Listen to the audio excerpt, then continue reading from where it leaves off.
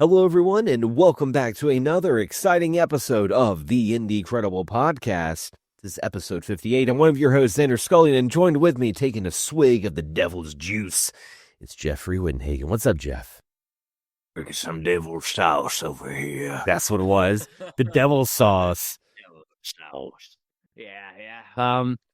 Just freezing down here in the basement. It finally snowed in Colorado yesterday for the first time of the year.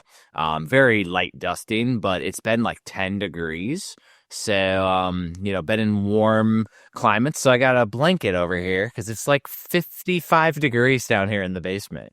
Upstairs is fine. We have a fireplace up there and everything, so it's nice. But down here, a little chilly. I just work out down here anyways, and I was painting earlier, working on the canvas paintings for the Kickstarter. So working on Snatcher today, actually. Ooh, nice, nice. Now I'll show it off when it's done, of course. And that is one of my. Oh, we had the return of the fly, folks. Return of the fly. Return of the fly. Smacked it. Of course, it wouldn't be an Indie Credible without some Kyle's trials. So, what do you have to show us this week, Jeff? So, this weekend was an interesting one because, because of Thanksgiving, I had 4 days off instead of like just 2, and we went through a ton of stuff. And the totes that we went through were like things that we're gonna keep, but this one's a wild one. You'll have to let me know if you know what it's from because it's huge. Oh, what is it? That looks familiar. That's like a core memory right there. Yeah, I saw it and I was like, what the hell is this? And this goes down. It was in with G.I. Joe stuff, but it's not G.I. Joe. Okay. A bunch of G.I. Joe vehicles. And then Classic Kyle customized it and added chains where you can have characters hanging off of it. That's cool. So this is from Aliens, the Aliens series, and the Space Marines can fly in here. That's where you put like Ripley or whoever, and then this is how you go over and capture an alien. Oh, that's cool. So I like that. Goes inside the pod, and then you can fly it away. I always thought it was funny that it was such a dark movie, but it had the awesome action figures. Like I remember as a kid getting like Alien action figures, but my parents wouldn't let me watch Alien. Like, you're too young to watch it. But I was like, I had the toys. It's like, I want to, you buy the toy, you want to see where the toy came from. Like, come on. Alien's not that bad. Yeah. It's a wild one though. But yeah, it was a cool one. I got so much other stuff sitting around here. And as a preview, we are going to be doing a nice another holiday special gift shows, and I have a pile for Xander. We're theming it this year for hand-me-downs, so Xander and I don't need to buy anything new. We just repurpose things, and I have millions of things to repurpose, so perfect. But I will let you know, this shit's cool, really cool stuff. I have a bunch of like tchotchkes. That's what I was thinking. I'm like, man, I got a bunch of random stuff. It's gonna be fun. Like, I think that's like the coolest idea when you told me that, because it's like a part of you, a part of me, part of us. Gaming, Christmas, yay! Well, and it's gonna be fun too because stuff we've talked about over the year on the podcast. I'm gonna add a few treats. Yeah, what a year it's been. Jeff, I was looking at the show notes, and I'm really confused on what this is, and I've been waiting for you to explain this to me because you're using, what is this, NAS with indie game? An NAS, yes. Yeah. So for years I've been running a Plex server, and I've been using, like a caveman, a portable hard drive that was USB connected into my laptop. That was my Plex drive. Kevin Kill, who used to record with Kyle and I on Video Game Bullshit for the first season, Kevin recommended that I get this NAS. It's like a network server. And essentially it is a Synology NAS, and it takes 4 hard drives. It basically gives you the space of 3 of them, uses one for redundancies, so that way you can, if one breaks, you can plug and play it out without it losing your data. And I got And the thing, it was all on sale for Black Friday because I've been waiting for a while. And these things are not cheap, but I've been saving up for it for like 6 months now. And I'm like, I'm going to wait till Black Friday. And it went on sale, got it in, and I reformatted it, did all the things over the weekend, and got my Plex back up. But I was thinking, how can we repurpose this with indie games? And so I looked, and if I map it as a network drive, like you would be at a office at work, you have a network drive, I can actually download or install my Steam games to the network drive. Oh, Hard drive.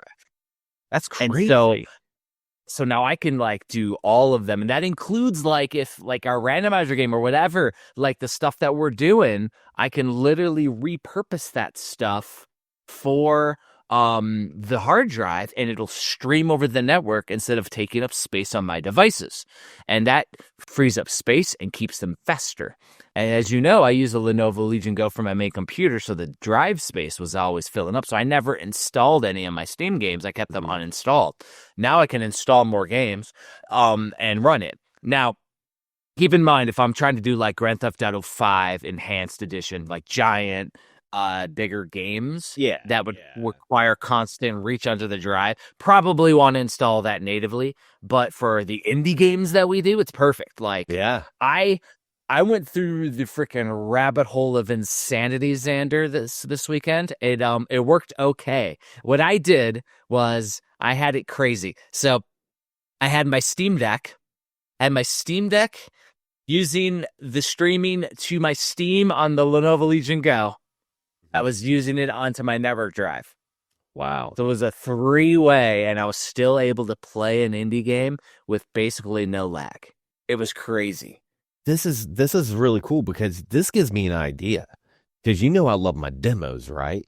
Like, could you imagine if we have like an episode, we talk about new and noteworthy. Those new noteworthy games could be like on for next week. They're demos. Our listeners could check them out. And like we could just switch it up. Like new and noteworthy, like whatever games we like say hypothetically, whatever games we're talking about in this episode, if it's got a demo, it will be up when the episode's up. So after they listen, they can go and download those games, check out the demos, buy the game, comment, really just help out the community. I think that'd be kind of cool, actually. That would be interesting, yeah. The other thing is like if developers want to participate in the randomizer, we could host the game. Yeah, that too. With listeners, like live. Like that'd be fun too. It's all up to, the craziness. Yeah. The other thing is that I have RetroBat installed on my PC. And have we ever talked about RetroBat on the podcast? A little bit, yeah. Yeah, I mean it's that retro front end, very similar to like Emulation Station or Batacera, And so it's interesting because it does automatic without the BIOS. You have to get the BIOS yourself, but it does all the emulation itself. So if you like have a 3DS game, for example, you can literally like click a button and it starts playing the 3DS game perfectly on your TV. And so I'm using that with the NAS as well. So you have to do this weird drop thing to mirror things, folders and things. But I filed the tutorial on the RetroBat wiki. But it works pretty damn flawlessly. What I don't do, because I have a lot of games, is I don't like do the scraping of all the stuff because it would take forever. That would also, it would just like take up hard drive space, like it would. Yeah. That's more room for games at the end of the day. Yeah. And I mean, here's the thing though, the space on the NAS is infinite. Like it's like more terabytes than I could ever like use. So many terabytes. My whole movie archive, which has every movie I've ripped ever, every song I've ripped and Kyle has ripped ever, TV shows. And it's like only a fourth full. Jeez. Like it's like crazy. So, and I don't have anything else to put on there except for like new stuff that I want to watch or play. So it's crazy. I have been putting a lot and installing a lot of indie games so that way I can easily access and hit random on Steam and play some shit, which has been fun. The RetroBat thing though has been really crazy because it natively works with Switch too. like Switch 1. I mean, Yeah. not Switch as well. Yeah. Not 2. I don't think there's Switch 2 emulation. But that's what's crazy. What I'm doing, though, is I found a repository on the Internet Archive, and it has homebrew games and indie projects on all of those systems. So that's what I've been installing on RetroBat is indie stuff. So that way maybe next year when we get into it, we can maybe do a little segment on it or something. I haven't figured it out yet, but that'd be cool. Pretty fucking fun, man. And I think that's what makes it all like so much fun with this show. It's like we're just constantly finding games. That's really what this show is about. It's just us finding games and telling other people about the games, and then they'll tell us about games, and we'll talk about the games. Speaking of games, we had a randomizer last week that was very interesting. It was very crazy. Abobos Big Adventure. And I have to ask you, man, like when you played this, did you play this with a controller? Or keyboard? So yeah, I played it with a controller. I also played it on my Steam Deck. So I played it on my Steam Deck with a controller. Because I don't know if it's if I'm just like being a boomer or something. I couldn't get Joy to Key to work at all on my computer at all. Oh. So I was playing it with the keyboard, but I was also playing it with this right here, like the folks can see this. Holy shit, on here. That's crazy. What is that called? Because just to describe for those listeners, it is a controller with all the keys on it, like an old freaking phone. Yeah, yeah. I use it a lot when we're recording, like when I'm putting in timestamps and stuff. Like sometimes I'm looking down. This is what I'm using, and this is like a portable keyboard. It's got like a touch screen and everything, but it's got the arrows right here and the A and the S right here. So I was playing it with this keyboard controller. So, crazy, man. Because I was playing it with the keyboard. Now I will say, like, what made this really difficult to play, like not too difficult but a little difficult, was like the D-pad per se is on the right side as opposed to the left. So like I felt like I was playing it like with another side of my brain. But so do you want me to activate the other side of your brain, Xander? Yes. So if you install Abobos Big Adventure on Steam as you do it as a non-Steam game, to add it to your Steam library. Yeah. And you play in big picture mode, it'll map your controller automatically. Oh wow. Oh wow. And if it doesn't, users have their own different controller setups for every game, and you just download the user setup. So you can't just play it from Steam. You have to click the big picture mode, so it goes into console mode with your controller, and it works. How I know this is that's how it works with my phone with that Xbox controller. It always goes into big picture mode. It automatically maps. It does the same with the Steam Deck. I'm glad to know that, because I definitely want to play more of this game. And I think that's what we got to talk about now. Like, yes. So let's talk about the game now. Okay. If I'm not mistaken, I believe it came out in 2012, 2013? I did not do research. Classic. Like video game bullshit. We used to be the research masters, not on Incredible people. Like we're playing by the seat of our ass hairs right now, hanging along. But yeah, no, it was released a while ago in Flash. Right. On Flash on a browser. And then people made it so you could download it and make an exe. And it still works with the keyboard and, using keyboard and not mouse, but just keyboard and a couple buttons. Yeah, and it's a ROM hack. It starts off. Homebrew. Yeah, it starts off. You're like, okay, this is Double Dragon. Then all of a sudden you just see a Goomba coming out of nowhere. Like this is before meta, before Ultra Universe cinematic stuff that we have going on. That's a normal thing. This was back then. It was just uncanny. I was playing it and I was just laughing so much because I had to kick this Goomba. And he's flying. I'm fighting the kung fu guys. They're coming out of the building, and all of a sudden barrels start coming down. And I look up and it's Donkey Kong. He's up there. I'm like, oh my God, so many references, dude. It's crazy. Yeah, and then like after you beat Donkey Kong, he pops out. Old Donkey Kong Jr. It's Donkey Kong, but Donkey Kong Jr. pops up and you can actually eat him or kill him, like punch him fast enough. And then there's like a little character from like River City Ransom. They walk by. You can actually, if you punch them, you'll throw their head in the air and eat it. Yep. And you get health. And all this stuff, you get health and you get achievements. Yeah, I mean, it's now.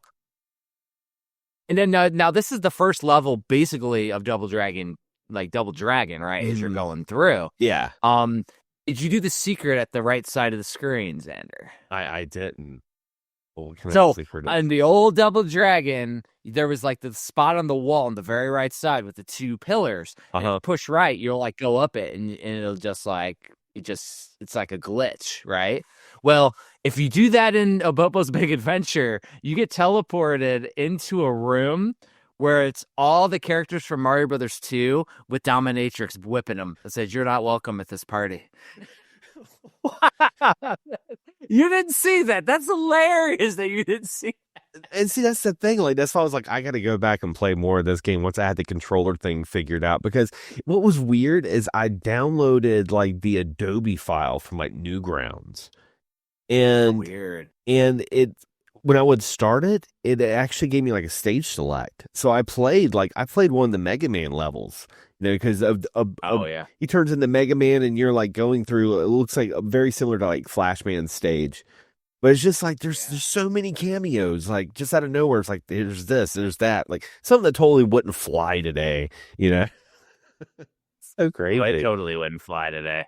I'm trying to see if I have it like installed or whatever. I think I do it's under my games backlog game. Yeah, I don't have it installed on my computer here, so I was looking to see. It is on my deck, so I don't remember how I installed it. I don't know I think I have an exe file though, so that way you can install it. Now, mine didn't come with the stage select or any of that. Yeah, I played through and I got to the Zelda level, and so basically you're playing Double Dragon and you fight Willy at the end. After you beat him, you go in to the pipe and you go into Mario Brothers underwater and you're doing underwater stage. You fight Jaws at the end, and then it turns into a bigger Jaws because the bigger Jaws eats the smaller Jaws. It has lasers. Fucking crazy. And then after that, you go into Legend of Zelda and you're playing a Zelda dungeon. When you get the map, it looks like a penis. So there's that. Like, it's ridiculous. This game is a fever dream. Like, for the listeners, if you have not checked out Abobos Big Adventure, like, you're in for a treat. Like, it's like it's like trip. At the end, you're at the end of the Zelda one. This is how far I got. You fight the old man. You have to use meat to beat him. Like, you get the meat, but you actually use it as a sword. But you fight him. He turns into 3, kind of like Turtles, where Shredder turns into 3. Turns into 3. You beat that, and then he gets huge. And that's as far as I've gotten. I actually got beat a few times just doing that. Thing is, if you lose, you have to do the whole dungeon again. So I was like, I'm good. But it was fun as shit, though. And that's as far, I think Mega Man's after that, because I beat it back in the day. That's how far I got this week, though, was to the Zelda stage. It was fun as fuck, though. Like, I love it. Yeah, it's really cool. And, we've played some other stuff this week, too. Not just Abobos Big Adventure. And, Jeff, what was the first game that we wanted to talk about? So I played Wizorb, and I was watching a Johnny Millennium video. Happy console. I saw that episode. Yep. Yeah, and he got a vinyl for Wizorb, and I'm like, I freaking own Wizorb. So I just fired it up and started playing, and the game is freaking ridiculous. It's addicting as shit. Like, you go through, and it's like almost like a roguelike where you're going through a run, but I think you have to get through a full stage. So you're playing it, and it's basically Arkanoid, except for there's little enemies around, and the goal is to clear out all the stuff in every level. As you're clearing out things, you get coins and you get items. You can get keys, and the keys will get you like items that'll be like a magnet that will stick the ball, and you can shoot it. Ooh. And and it's pretty cool, pretty freaking cool. It's addicting. I actually quit to go back to because I was playing for like 30-40 minutes or something, and I quit to go so I go back to the town to spend my coins, and my coins disappeared. Oh no. So I think you have to beat the full level to retain your coins, and because everybody in the town like talks to you, and then you got to give them coins to do something. So I'm assuming that one of the coins will bring up a shop, or they'll do other things within the world. So probably need to beat it and not just quit like I did and go back, because I assumed it was roguelike, like, oh yeah, I can constantly progress, but no. But it's fun. It's a really good game, man. I actually haven't popped it into my browser to see how much it is. Yeah, I remember we talked about it a couple episodes ago, because this is like one of the early like games from Tribute, the folks that did Scott Pilgrim and Shredder's Revenge, all that stuff. And I believe they're also doing like the new Marvel game. I think they're doing that one too, that new Marvel beat 'em up.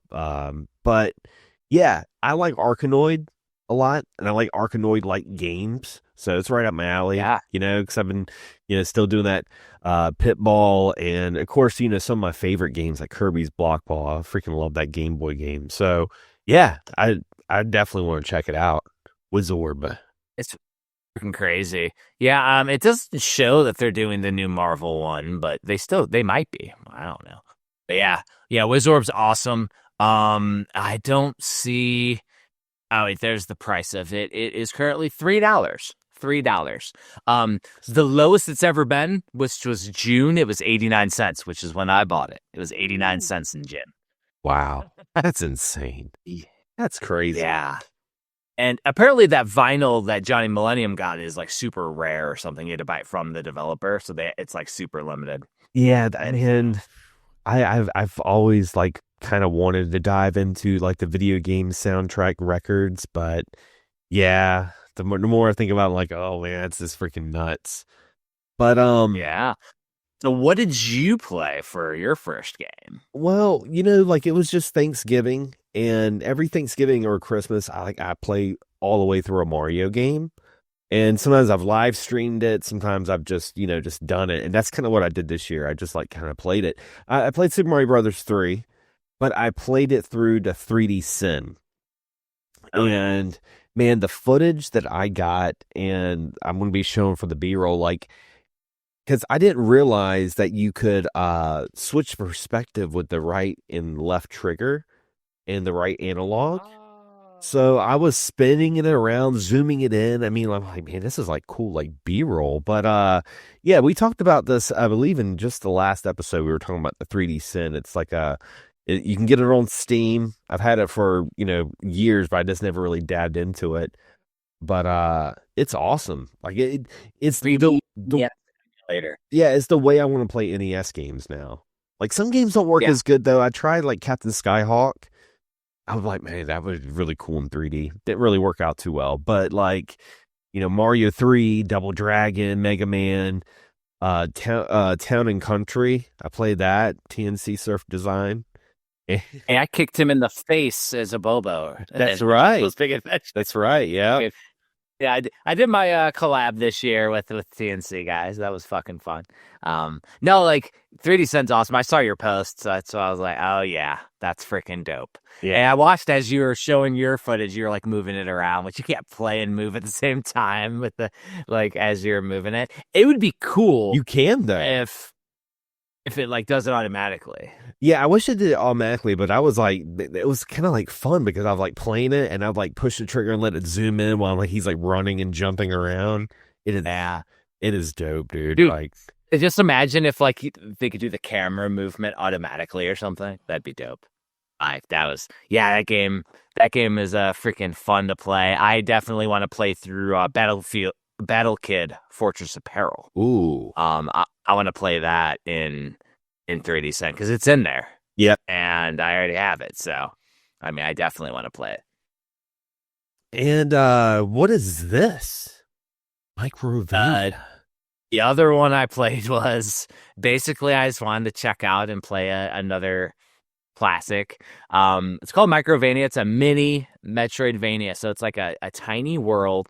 that you play through, everything is done like it's almost like a Game Boy Color. Mm-hmm. That's what it kind of reminds me of, because it's like super minimalist graphics. It could be like NES, but it really feels like it belongs on like a micro like handheld.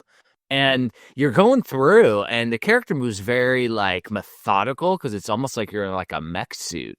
But you quickly get like tons of different little Metroidvania style power ups, like you can turn into the ball, and then the ball can jump too. It automatically comes with a jump, and you can continually get more and more items that allow you to progress. But it's very, very exploratory, Xander. So it's like, it's pretty punishing when it comes to the enemies, but you can do accessibility to where you'll spawn on the screen again, so you don't have to like backtrack, which has been nice. So I did the accessibility for that.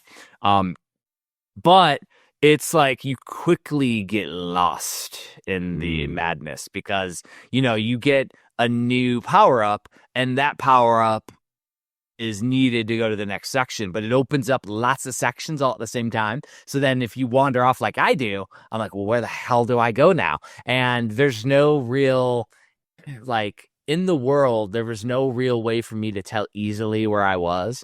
So yeah, it's a super interesting game, really fun. Love the graphics in it. Like, hits every like nostalgia vibe for me. And 3D Sen was released in October of this year, or 3D Sen Microvania. I did a Xander Scramble. You're welcome. Oh yeah. It was released though a month ago, and on release it was $6. It's a $10 game though. And it's a fun little Metroidvania. It works with controllers, all the things. It looks charming. It's a charming looking game. And there was an update that came out that says you can pet the snail now. I don't know why you would want to pet the snail, because it's an enemy. Like, why do you want to pet your enemy? You're supposed to kill him.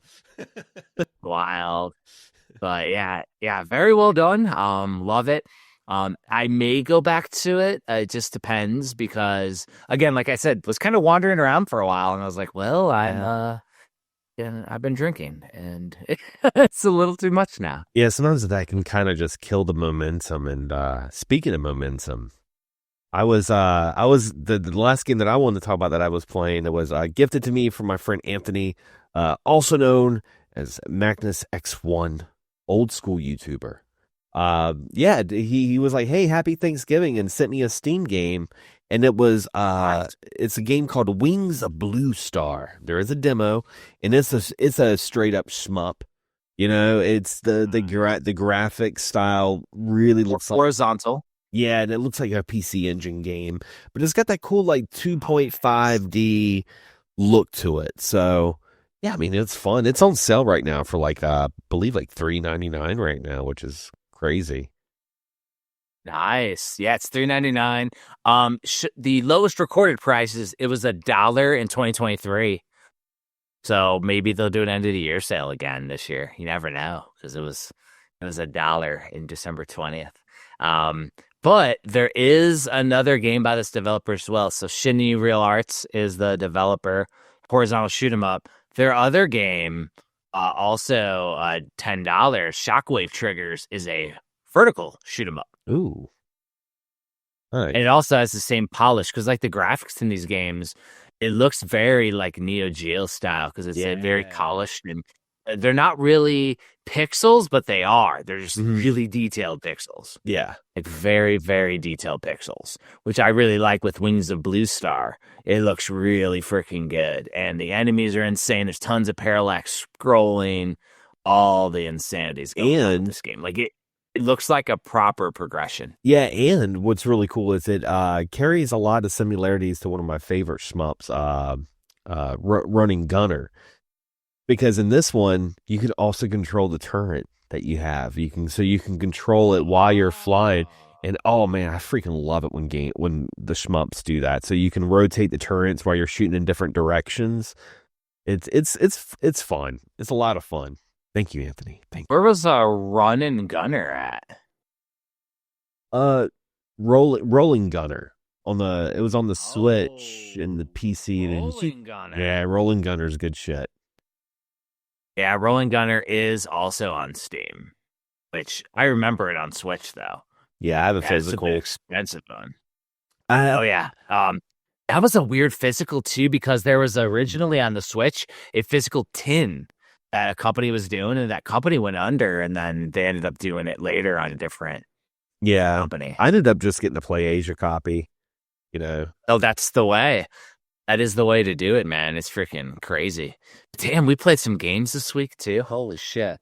Okay. There was one other thing that I played, Xander, that's not on the list, but it's just a fun thing. I actually busted out my Analog Duo. Okay. So, and the Analog Duo, like I have an Analog Pocket, so I was like, well, why the hell do I need Analog Duo? Well, I have a whole physical Turbo and PC Engine collection. And so I just wanted to play some of my classic games that are sitting on my shelf, and it works great. There's a way to jailbreak it, and you can put all the PC Engine and CD-ROMs on it, so there's no loading. So you can do that too, and it works with my Kyle's Trial Style. I found a PC Engine controller. Ooh, moving over. I had to sketch over. PC Engine controller right here. Oh, nice. And so there's a very, very long cord. He has an extender to it, so I can actually reach it. That's why I had to make the noise. But that's awesome. It's because it's over across the room. But yeah, so it works with the original PC Engine controllers as well. So as I'm writing the complete TurboGrafx and PC Engine, I will be playing the games on the Duo, the Analog Duo, to get as close to experiences as I can. Because the thing is, playing the Analog Pocket's cool. However, it just feels so much nicer with actual PC Engine controller. Yeah. Like a turbo controller. Oh, yeah. It just feels better, man. It feels better. Oh, yeah. You know what? You know what feels even better. What feels even better? That fly that I'm going to smack? We have our new and noteworthy this week. This is just some games that we found. You're going to be stepping in the journey with us, listeners and viewers, while we check out some of these new games. And the first one, did we cover it? We haven't covered it, but I can understand why, because it looks very similar to some of the games we've talked about in the past. Very similar, but Sworn is the first. It's the first game we're talking about, and this is why it's super interesting. It's a co-op action roguelike. So like we can literally play this in streaming. And I have a notepad going with games if we ever actually stream, because we tend to do other things and drink and all the things. But we could play Sworn together, and it looks like Hades. That's what I was waiting to say. This is like a very Hades inspired, and I think at the end of the day, I think that's why, like, you were kind of like, did we talk about this? Because we talked about other roguelike games that have that Hades-esque kind of vibe. Yeah. So, I mean, it's got that Hades look. The main guy looks almost like a Belmont, from like Lords of Shadows or something. So there's some Castlevania in there. Yeah. But, it's got a really good positive rating. Let's see. There's no demo, though. Shame. And I mean, more like this, it shows Hades and Hades 2, and then Shape of Dreams, which is another one, and Diablo 4. So it's right in that universe. No demo. There's a ton of bundles, though. Like, there's a Ultimate Edition that's $40. It is $25, but it is lowest has been $16 a few months ago. So, it is, you can nominate it for the Steam Awards as well, because there's a little nomination, so it must have enough followers to where it's actually telling you to nominate it for the Steam Awards. Yeah. Because it's all user-based for the Steam Awards, which is cool. Yeah, I mean, it's got overly positive reviews. Looking at the developer... Windwalk Games. Windwalk Games. Looks like they have one other game under their belt. This is it's a free-to-play called Enemy on Board. Looks I don't know. Looks interesting. A game that will ruin your friendships, it says. I don't want that to happen. So it's basically Among Us. Yeah. Basically Among Us. But yeah, so that's cool. That's pretty cool. Now, I like it. This game right here, Harmony of the Wind, is another game that looks very similar to what we've talked about in the past. We're getting some deja vu. The episode. Deja vu. Episode. Because Harmony of the Wind, I can't remember if we talked about this or not, but I don't think we did. But it's right up my alley. You mean you're playing as it looks very similar to another Fox game we talked about, but this one allows you to like change into different foxes. Yeah, and it's got like a really cool like atmosphere vibe. I like the part where the fox just randomly starts flying, like his like legs bend all weird and he starts flying everywhere. I'm like, oh, that's cool. I was like, I want to play this. Crazy. But yeah, I mean, like I said, it looks like something we may have covered in the past, but these games are always fun. Like I love this stuff. I think we have. That's freaking crazy. Yeah. There is a free-to-play called Fox Game. That's literally Harmony in the Wild, and it's called Fox Game that was released 2 years prior. So maybe that was the proof of concept because it got mixed reviews, and now it gets all positive reviews. Yeah, this looks like a fun, cozy game. So it does have a demo, Xander.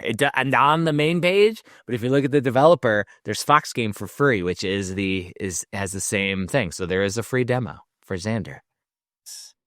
Yeah, I'll have to check it out. That looks fun. Yeah, and how much is it? It's $16. $16 game. It has been on sale for $10 at one point.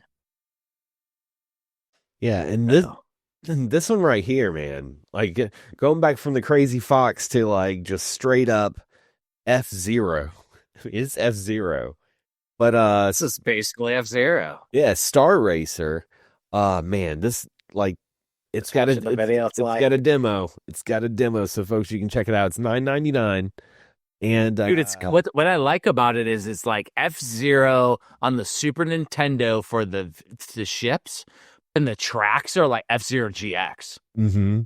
Like all 3D and craziness, like tons and tons of like it looks freaking awesome.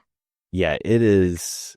It looks like it's got cars are there. It's got to be a good amount because they in the trailer they show a good amount of characters you play as, so there is like a story. But I watched this and I'm like, why hasn't Nintendo done this? I mean, they kind of did it with the F-Zero 99. Like it kind of has that aesthetic, but it's a battle royale. It's not the same. Holy shit! But this also has a course editor as well. So yeah, you can create. That's what I'm seeing. Like you can create your own courses and like actually make the sizes bigger and shit. Like this is insane. This game has a lot to it. It says that this developer assures that no Gen AI was used in this indie game too. So he made this all himself, which is insane. Game is $10. It's been 20% off before. And there is a demo for Xander. So there's a demo. Whatnot Games is who released it too. I don't know if it's actually just like Whatnot the company or if that's just their name, Whatnot Games. I feel like I've heard Whatnot Games. I feel like I've heard of them before. Something. This is the only game they've done. Oh, okay. Maybe I know Whatnot is the sales app. That's what I'm thinking of, like eBay. Yeah, like I was like, I wonder if they're actually like that. You never know. Yeah, never know, man. Freaking crazy. And this next one, I got some PS2 vibes because I was thinking of like games like Ico and Shadow of the Colossus, but this game called Particle Hearts is like a 3D action RPG. It looks like really interesting art style. Like it's all particles and it's swaying within the wind and stuff. Really, really cool. Dude, it's like crazy because like the game looks so nice. You say PS2 vibes, but reality is it's probably those games remastered on like PS3 or PS4. Yeah. Oh yeah. And it's really creepy because there's somebody broadcasting right now as I'm on their page, and it looks just like you. He's wearing the exact same hat. And oh my god, he is. And here is you. It's like Xander's playing right now live. Everyone it is freaking that is crazy. Particle. It's my Particle Hearts. It's Xander. No, dude, that's insane. No, this game looks amazing. I can't believe the whole land is particles too. Like everything is. I mean, it's you think about it, like that's what old school games are, is pixels. Yeah, pixelated. So they just like did the whole game out of particles, which is like, I just imagine how insane that is. Yeah, it is so cool because you have like the little trail, and I mean you can see the particles forming from like the mountains and the hills. Like everything has like energy. Like this game's like this energy. So fucking insane. Like I just don't know how they did it. Like that's so crazy. Like it looks so cool. Like I don't get it, Xander. Help me. No. Well. They have done a bunch of other games. There's one called Cthulhu's Reach, Devil Reef, a dungeon crawler. There's one though called a Frosty Glide that I need to add to my wish list because it looks like an amazing little 3D platformer. It really does, yeah. It looks really cool. Fucking awesome. Everything else looks like little like fun times. But like Spin Gun, a 2D manic button game, like looks very basic. But I'll like add this stuff to my like wish list just because. But like everything else is like normal. But the like they just hit their stride in 2025. This developer, freaking awesome, man. Yeah. So for folks that are interested, the game's going for at this moment $19.99. It's not on sale. But doesn't mean it won't be on sale. So keep your eyes peeled. And... a month ago it was $13. There you go. Yeah. So maybe like spring sale or something like that. It might be on sale randomly. Just wish list it like we all do, you know. Now, so this next game, what the fuck is this, Xander? You know what this game is? This game is. I have no idea. I mean this in not like a bad way when I say it's like some hipster indie stuff. This is some hipster indie stuff because this game, it's also on the Playdate of all things. But you know what this is? This is like pretty much a Sega CD FMV sort of game. This game called Blippo or Bleepo. Blippo Plus. Yeah. Blippo Plus. And like if you like you're seeing the B-roll, it's literally like going through a cable box and going through random channels, but they recorded and I think had actors do all of the stuff. And I don't know what you do. You just watch stuff and everything goes crazy eventually. Yeah, it's probably some sort of like almost like WarioWare, probably like some sort of mini game sort of thing that goes with it. But yeah, you're like constantly switching through channels, and you know sometimes you're seeing aerobics, and then you see like scramble this, and then dude, and then you have a whole TV guide. You have the whole TV guide just popping up for you. So yeah, this is a crazy. Honestly, game. I don't think there are games, Xander. I think you just flip through and watch the madness unfold. Like, I think you literally, that's, like, the game is flipping the channels, man. Like, I guess you unlock data packets, update the program guide, and piece together a story that unfolds between the channels. Do you watch it and fold the story? Like, I don't know, man. It's fucking crazy. It's just your Plex server on acid. That's all it is. Holy shit. Like, I don't know what the hell these guys are doing, but I'm here for it. And there's a lot of developers, so I don't even know. Like, I'm not going to go down that rabbit hole. Yeah. As you said, some hipster indie shit. Yeah. I love it. And I mean that in the most admiration, I mean that in a completely it's so way. Cool. Well, I remember the developer of Sunshine Anthology. They were like contacted by someone on Shudder, and they wanted to do something like this where you're actually going through like Blair Witch or VHS or like one of the horror movie things, and you actually go through like Night Trap style almost, and there's a murders happening and shit. Like they wanted me to invest $500,000 or something. I don't have $500,000 to invest, but it was using legit actors and shit. And I think Limited Run picked it up and invested in it, but it still hasn't come out. So I don't know what's going on, but like, this is some hipster shit. I love it. I'm here for all the weird shit. Like, yeah, like I said, speaking of weird shit. Oh yeah, this game is totally not what I was picturing when I read the title. I was like, oh, this is Hand. I was like, oh, yeah, a Project God Hand. What's this about? It's a crazy rhythm game, is what it is. Well, I love the description. Ultimate tool-assisted bullshitting keyboard destruction rhythm game. Yeah. don't know what. I think you just hit your keyboard to the beat, right? Yep. Like with 4 buttons. You got 4 buttons, and you can do 2-player. Like it just looks insane. Reminds me of Keyboards on Fire almost. Yeah. Yeah, dude, it's fucking insane. Yeah, it That's looks like a demo. Oh, nice. And it was done by Arch Entertainment developers. I went back and looked at some of the stuff they've made. It looks almost like it's its own universe. You got its own art style. Like every game kind of has that art style. So maybe they're all connected in some way. That's a little hunch. Interesting. I could be completely wrong. Probably. Like one of them looks like a visual novel. One's like a bullet hell rhythm game shoot 'em up, which looks interesting.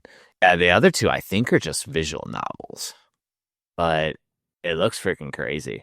And Project Godhand just looks like a fever trip. Yeah, it reminds me of how they did like the Toho project, where like they have like all the bullet hells, and then there's other games within the universe. Mm-hmm.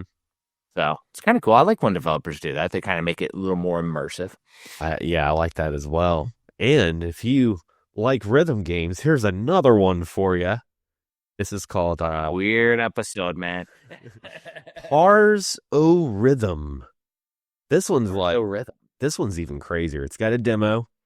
It's $9.99, and this is basically how the developer envisions fixing your data on your hard drives.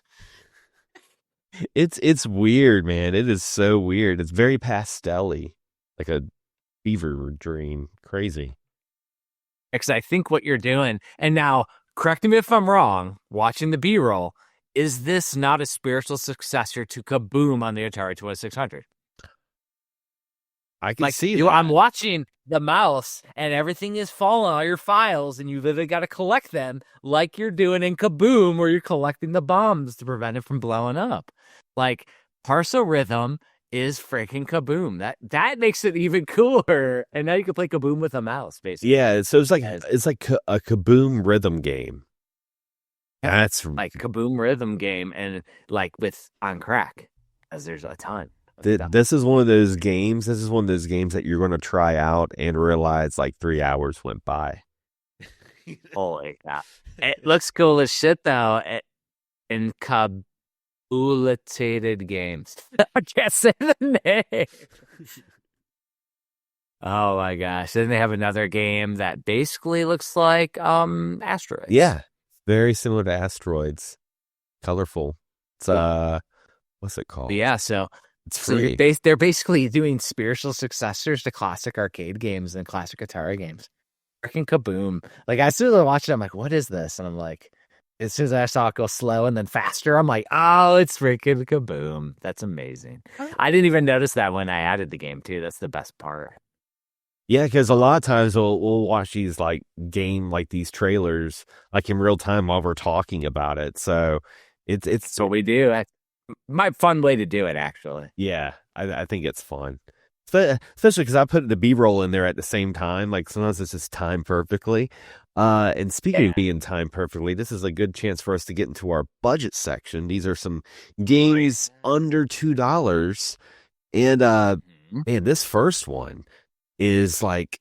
It's interesting because it's a precise looking platformer that kind of like you make the decisions before you jump the gun. This is Blade Jumper. Blade Jumper. Yeah. It's a $1 game right now. And there's like a giant tower, which is a giant structure of unfathomable width and height. But you literally fight enemies and like progress up and around this tower with different characters and stuff, and you're basically like a samurai sword. You're going through and like destroying stuff, and then there's NPCs to talk to, and it looks like a pretty fun game. Yeah, man, I'm looking at the developer. It's CFK Official is the developers, and they had this one game called Ninja Isen, which is like.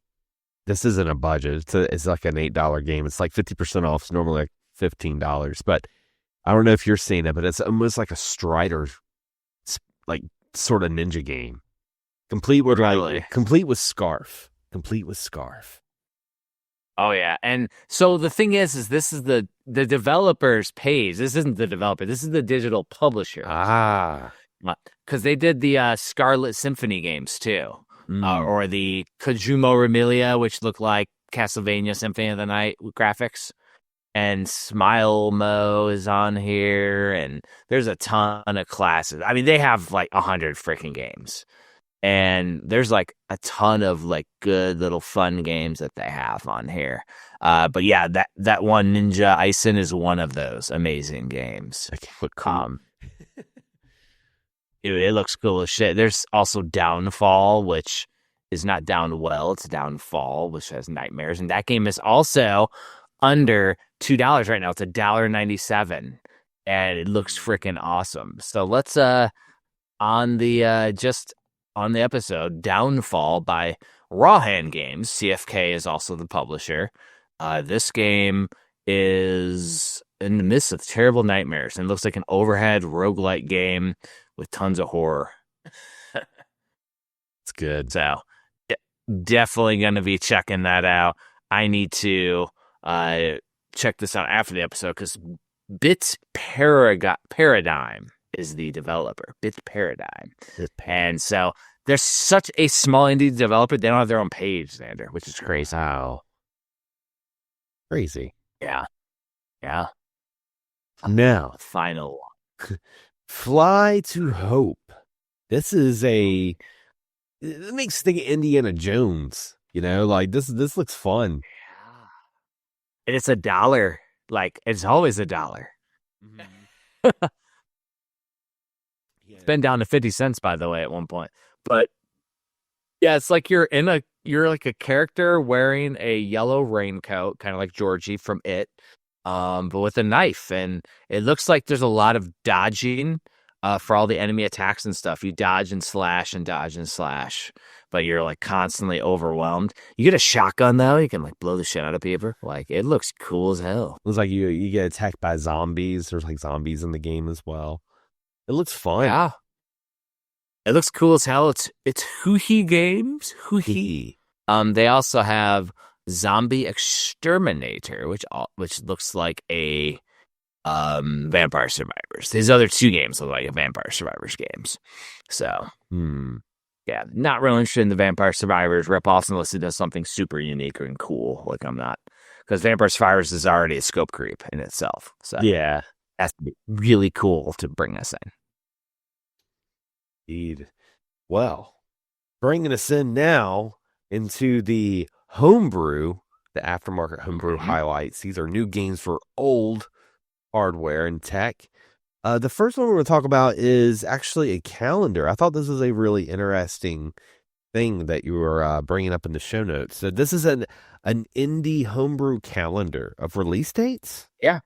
So, no, every year the homebrew community, the NES homebrew community, does a homebrew calendar. And so this is literally a wall calendar, and every month has an indie game. I literally, in the back here, have one on the wall from last year. And so originally it was the NESDev community would do these every year, and it's moved to people. It's like on Blue Sky now, but there's literally a somebody who's been doing it every year. A like just homebrew developer just makes his own calendar every year. And what's cool is on here it also has like games that were released on certain days. So you can like look in here and you can see like Study Hall was released on February 11th.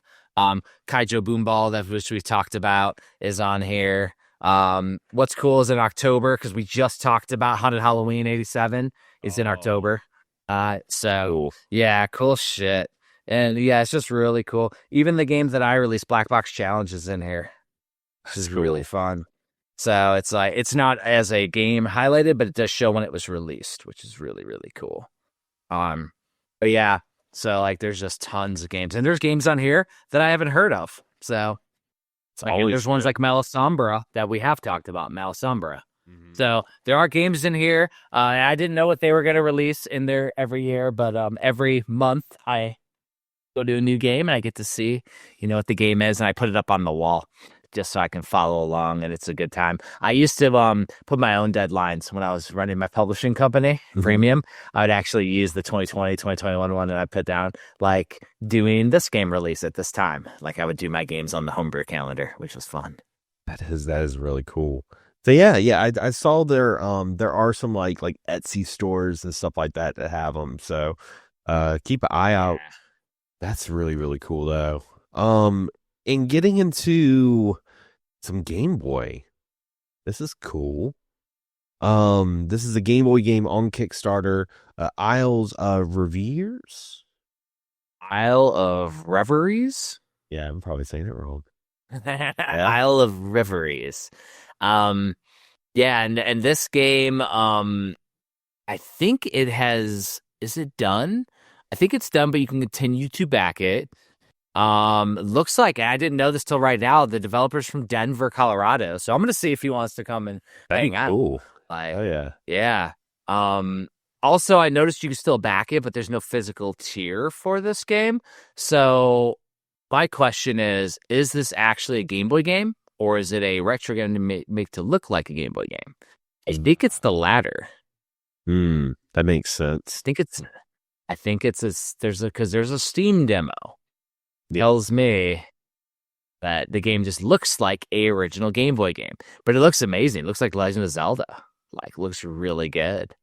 So yeah, who knows? I'm gonna definitely have to reach out to this developer to see if he wants to do an interview or whatever. Especially since he's freaking local. That's freaking crazy. That is funny. Yeah, this game looks like a Legend of Zelda on the Game Boy Color, basically, because it has the muted palettes. There's tons of different items and weapons, Zelda style. So it's absolutely a Zelda-like, which is my jam. I do love my Zelda-likes. Yeah, it looks really cool. And getting into the next one, because this one right here, and keep your eye out, folks, on the description, because I'm going to include the links, because you can play the games from your browser on the itch.io. But this one is a Game Boy game. This one is a Game Boy game. This is a MetoGP. It's some GB. Oh, Game GB. Boy. GB. But this is kind of like a farm, kind of like Harvest Moon sort of game, which is I'm totally down with. That's cool. Yeah, it looks really, really cool. It says that you play as a humble farmer, just tending to your crops and animals. Yeah. I guess it just gives you a to-do list for the demo. I'm sure that there's other stuff to do, but there's fishing. I see is one of the pictures. It looks super cool though, and there's also a pocket version which runs on the Analog Pocket. Oh, cool. So that's pretty cool. So I will download the pocket version because that'll pop up in memories instead of in you don't have to use it for emulation. You literally just play it in the Game Boy or in the Analog Pocket. So that's pretty dope. Yeah, and this one looks more like a Game Boy Color game, which I guess makes sense because it's got the DX in it. It's a Magical Tale Revoked DX. And I think this is one, let's say I'm pulling it up right now. I think this is one of those games that you maybe be able to play from the browser. There is a downloadable game. It does say a downloadable game for Windows. It is Game Boy Color, like you mentioned. And because there's an actual GB ROM, not a GBC ROM though, which is very interesting. There's also Windows. And then there's it is a $2.79 game, Xander. So it is a purchasable game, which is why there's no demo. Ah. Yeah. And it was published 4 days ago. Wow. That's what it says. I was like, holy shit. Well, usually we're 2 months behind. Yeah. Well, with the homebrew stuff, I'm literally putting together our list every week. Whereas the indie games, there's a giant freaking backlog because there's tens of thousands of games every year. There's too many games released. I stopped going to that free link that we talked about last week, Xander, with the indie stuff because it's just too much. Every time I'd refresh, there'd be 20 new games. Every time I clicked refresh, every 10 minutes, 20, 30 new games, every 10 minutes. It's never ending. I cannot do it. Dude. And this one right here. Last one. I don't even know what the fuck this is. What is this? This is a Tough Guy Fighting Spirits. This is on the Sega Genesis. It's sold by Bleem.net, and this is like looks like a Neo Geo, Fatal Fury kind of feel sort of game, like 2D fighter. It looks awesome. So was it released by Bleem? Is that what it says? Yeah, I believe so. Yeah. So here's what's crazy, and this is where I know like too much in the scene. So the publisher of this is actually Pico Interactive or Pico Interactive. Pico Interactive, who buys up all the licenses. Mm-hmm. He got licenses from Super Fighter Team. Super Fighter Team did 3 Genesis physicals back in the day, like Legend of Wukong and Star Odyssey, and they're all classics that were repurposed from like Asian games and stuff. They're really, really freaking cool. They were released around the same time as Pure Solar, so those were like the main games you could get physically for the Sega Genesis. Well, they released some free games. One game is called Tough Guy Fighting Titans for Windows. It is literally this game. And so Pico Interactive got all the licenses to Super Fighter Team and releasing it physically. So what Eli likely did was ported this to the Genesis, which the dude's insane. Like, he is a talented guy and he's doing awesome stuff. It's a Taiwan fighting game. It was originally released for DOS, and now they ported that DOS game to the Genesis to run, which is why I know why you're excited for Sega Genesis homebrews, because this game looks freaking cool, man. Yeah, like this, that's insane. There's a lot of this is not in my book because this is new. Because a lot of those DOS like fighting games, like there were some really bad ones, but there were also some like really good ones, but you just didn't have controller capability back then. So like to be playing something like this on the Genesis, which arguably has the best controller aside from the Saturn, that 6-button controller is great for like fighters. Like I love it. So yeah, that's dope. I can use my 8-bit DOE controller. Oh yeah, at the MG30. Well, and if you want to play the original DOS version, there's a fighting game, P versus P Tough Guy game. That is from 1995. That's available. It's like 8 megabytes. Yeah, so you can literally download it for free. It's on My Abandonware. But I don't know if that's the same game or not, because is this game just a fighting game? I think it's just a fighting game. Yeah. It looks cool as shit. Cool as shit. So you can download the original DOS game. I'm sure that Eli added some cool shit to it. And he probably has programmers that does it, but he is doing this repurposing while owning the IPs, which I think is freaking cool. It's like running a game company. It's cool as shit. And apparently he owns the Bleem name now. Ooh, somebody thought it was released on Bleem. So yeah, Bleem.net. He's done some crazy shit over the years, man. Like he is a super talented guy, really great for the homebrew community, but also has all licenses for like retro games too. He has thousands of licenses that he's bought up over the years. That's awesome. I mean, that's great, because I mean, like a lot of people, they get a hold of an IP, and sometimes they don't treat them the best. So I mean, I've heard of the Pico Interactive for years now, and I've always thought like that stuff's really, really cool. I think they did some of the stuff with the EverDrive too, right? Like the EverDrive had like Pico Interactive like cartridges and stuff.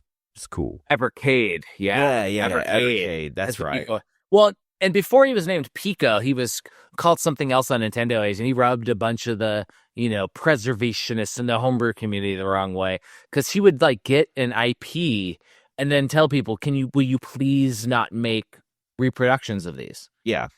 And people would get mad at him because, like, well, you can't do that. You can't tell us what to do. And it's like, well, he owns the IP, and he bought the IP so he could do stuff with it in a legal way. Like, for example, some of the IPs that he got licensed to Nintendo to put on the Nintendo Switch Online, like Cobra Triangle and a bunch of games. Mhm. Like some of those games are like his games that he licensed to them to officially play on the Switch. You can enjoy games on the Switch because he did it right. If he just held on to it and made reproductions, like Nintendo couldn't put it on the Switch. Like there's stuff that he's done that, like, okay, the community, but he asked people to not do it. He didn't like go after them. Yeah. It's like, can you please stop doing that?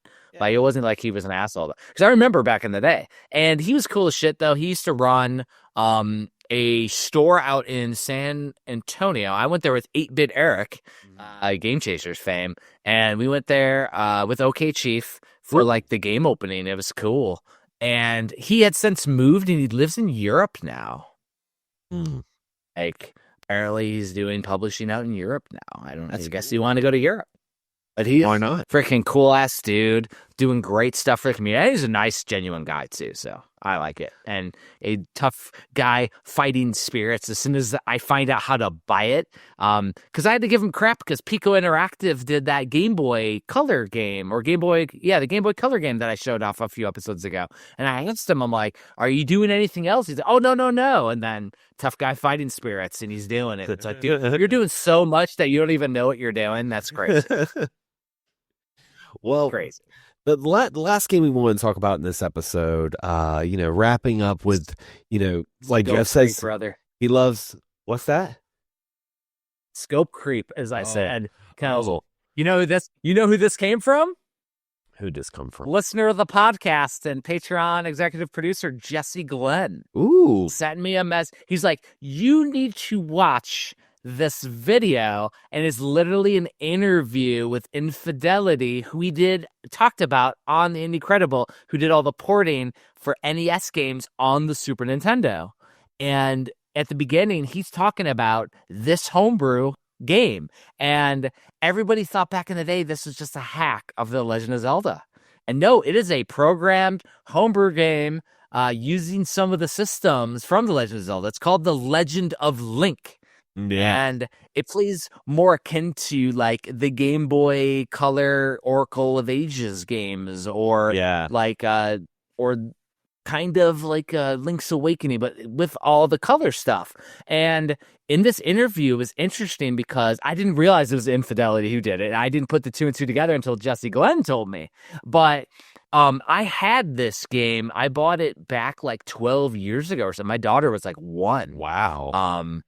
And I bought this game and I played it because I saw it on the back. You could ride Epona on the Nintendo. I'm like, what the hell is this? Ended up being that's a bonus game.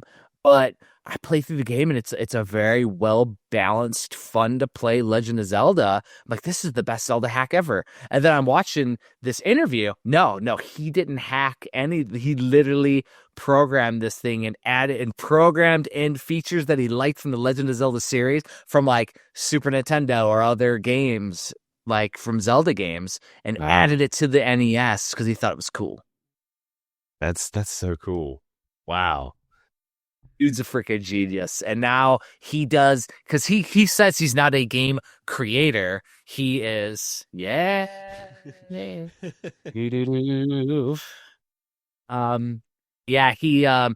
he's a programmer. And so he does stuff because the programming challenge, which is why he's doing all the NES ports.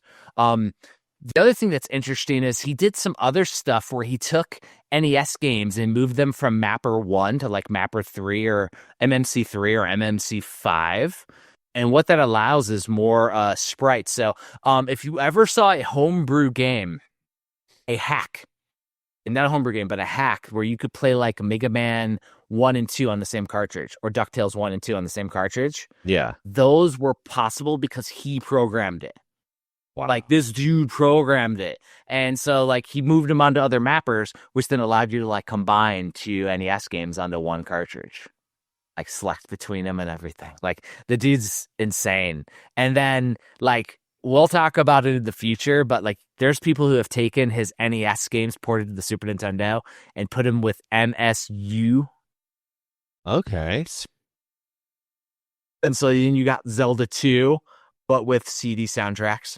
Oh my god, that's crazy. Then I came across something for the Sega Genesis that has something similar, and I don't even know what to make of it yet, Xander, so it'll be a future episode. Ooh. Because I found Genesis homebrews. Number one, I found Genesis homebrews that have MSU, which I don't even know how that works or how you play it. And then I found speed hacks. Somebody does speed hacks, and there's hundreds of these that fix. Almost got the fly. I saw that. That fix Super Nintendo games. Oh, wow. So like programming errors, controlling errors, like shit like that. And I'm talking about like, this is the scope creep that I came across when I'm setting up my NAS drive with all this retro stuff. And like Legend of Link is just a start for infidelity, which is why I wanted to make sure that this was like part of the homebrew legacy titles, because it is a homebrew, but it's just Legend of Zelda homebrew. That's so cool. Fucking crazy. That is so cool. Fucking crazy, man. Well, before we end this episode, big shout out to our executive producers on Patreon. Fly. I know. I think I got some footage of you trying to kill that fly earlier. I think I got some. I'm gonna get the fly pick it up with this. But folks, yes, you can join our Discord. Discord's free to join, and the Patreon's free to join. But we're gonna give while Jeff's doing some things. Oh, look at that! That's pretty cool. Pretty nice. We're gonna give a big shout out to our executive producers. Executive producers. Akaroff. We got David Isherwood. And Launchbox, aka the disgruntled gamer from Thunderdome Gaming Society. Always good recommendations. Jesse Glenn, of course, that we already talked about, along with Jacob Hendrickson. And Brian Pittman Logrice. Yeah. I always mess up his last name. Yeah. I always mess up his... Brian Pittman. That's what I always think of. Every time. I want to thank you all for supporting on Patreon. Just like we said, it's always free to join. It's a way to follow us. And as the Hagen's Alley, Black Friday sales going on, a few of the items are sold out. Still got a couple copies of the Punch-Out book. I found one box. There's 5 copies in there. So we had a few of those sales, along with some of the other limited stuff, as well as a wooden Nintendo Switch Collector Volume 1. So all that pop up. Yeah. And so Scott over with my warehouse found a stack of them, like a few. So there's like 5 up on the site.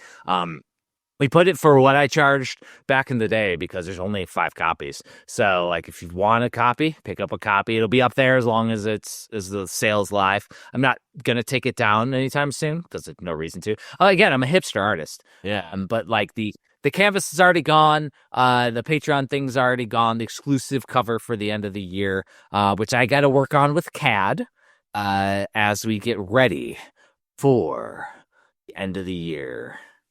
Indecredible this year, which is going to be fun. We're playing something big this year, everyone. So it's going to be a fun time. Indeed, indeed. As always, guys, we want to thank you for listening. As always, happy gaming. And be sure to rate the show. I forgot to mention, if you're listening to this on Apple Podcasts, Spotify, wherever, give us a rating. It helps visibility. It helps people see us. And we can infect everyone with our backlogs. Because we have so many games to talk about. God. So many. Join us. Join us in our pain, everyone. One of us. None of us. These backlogs never end. And the thing is like what we played is probably all we played this week. And we added another 20. We played 2.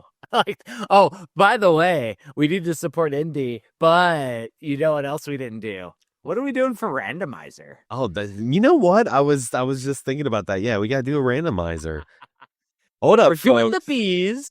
We're doing the bees. I can pick something freaking crazy, or should we go something a little more normal? Because I got a crazy one that I've never heard of. It's in my thing. And it looks freaking dumb. That makes me want to play it even more. I know, it looks freaking dumb. Let me see how much it is. I'm literally on my Steam thing, so it might explode in my ears. All right, it's mostly negative reviews, so it's perfect. Oh no, sounds perfect. And it's a budget game. It's $1.24. It is called Best Buds versus Bad Guys. Yeah, that sounds kind of cool.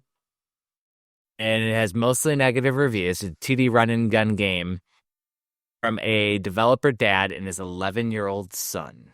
Oh, I can't hate it that much. Single player game. So, and there's a level that looks like it's on Lego blocks. So we're gonna play Best Buds. We always talk so optimistic and happy about stuff. Like it'd be cool to kind of be like, what the hell was this? In a very funny way, like a roast way.